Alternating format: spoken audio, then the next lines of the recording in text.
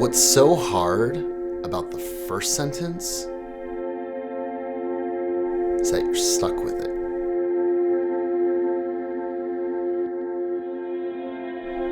Everything will flow from that sentence.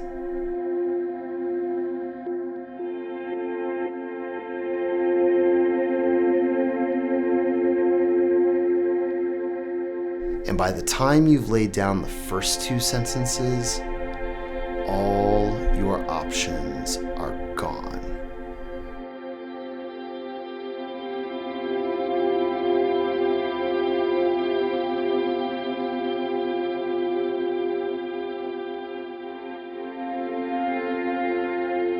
This observation comes from the author Joan Didion, and it can be summarized into one statement. Art is a practice in elimination.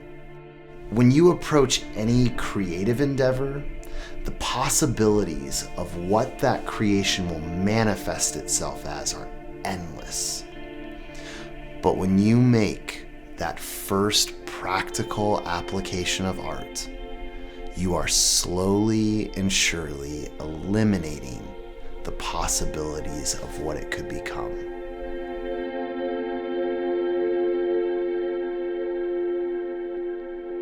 So why do we start here? How does a statement about written narrative even remotely apply to a body piercing? Simple. Everything we do revolves around the stories we tell. And storytelling is an art.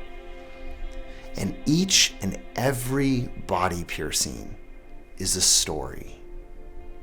That piercing has a decided effect on the flow for our stories.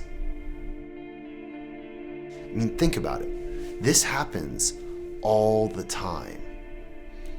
What'd you do this weekend?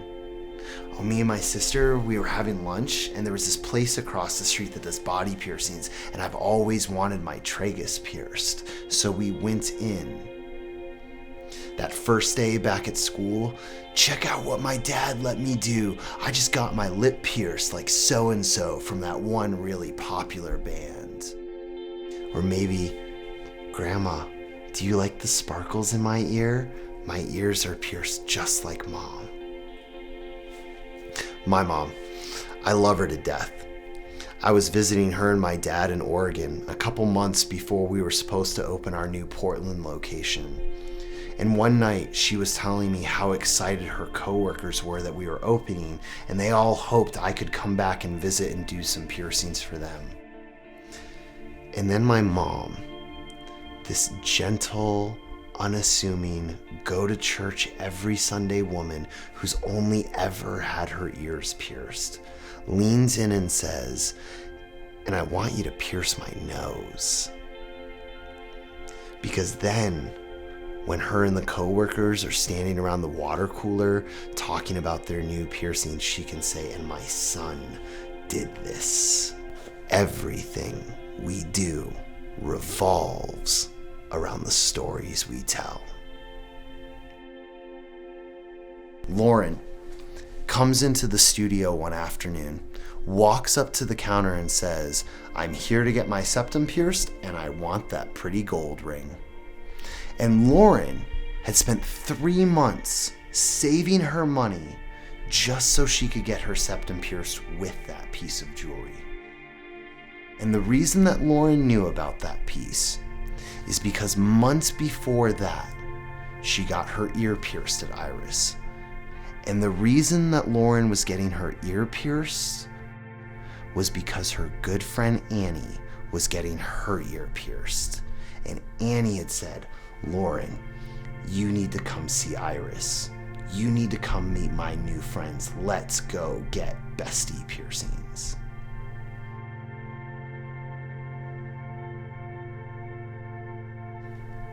And the reason that Annie drags Lauren in to get an impromptu piercing is because months before that, Annie comes into the studio one afternoon, walks up to the counter and says, "I need a piercing."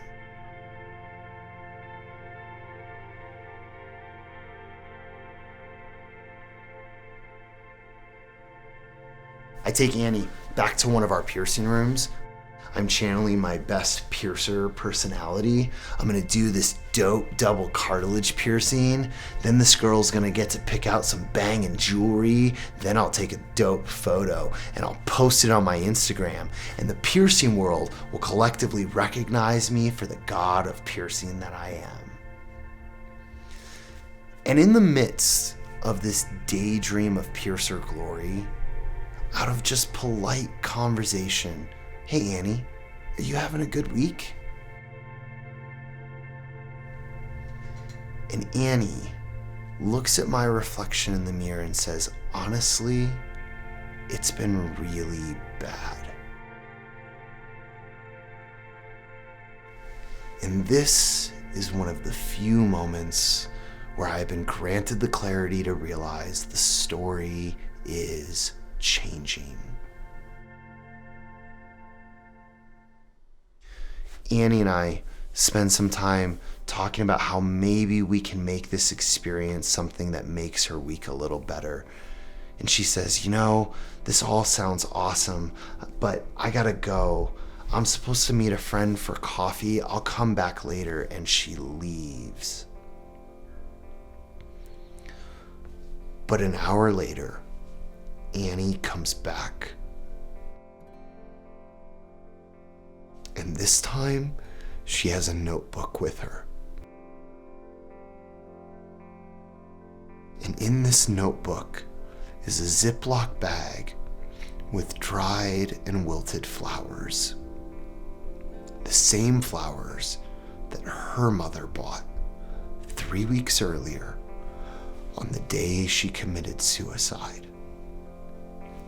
And these flowers are bookmarking the page where this young girl had to write the eulogy that she read at her mother's funeral. And in that moment, Annie is indifferent to how beautiful our studios are. Annie is indifferent to how we displayed our jewelry. Annie is indifferent to whether or not I am a member in good standing with the Association of Professional Piercers. For Annie, in that moment, the only story is 3 weeks ago, I did not get to say goodbye to my mother, and I am looking for any and every outlet to be okay with that. Maybe, hopefully, can you help? I need a piercing. You see, what's really interesting about a body piercing isn't about how many you have. It's not about what jewelry you're wearing. It's not about how big or small the holes are. A body piercing is just a story that you were one way coming in and you're now a different way leaving.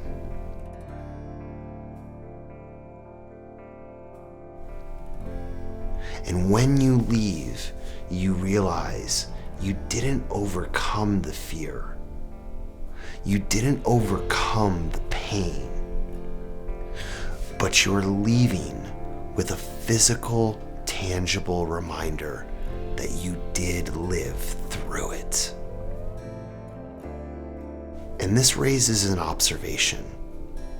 What can't you live through? So maybe, at the end of the day, the question isn't, that's gonna hurt, right? Maybe the question isn't, why would you ever do that to yourself? Maybe the question is, what story are you going to tell?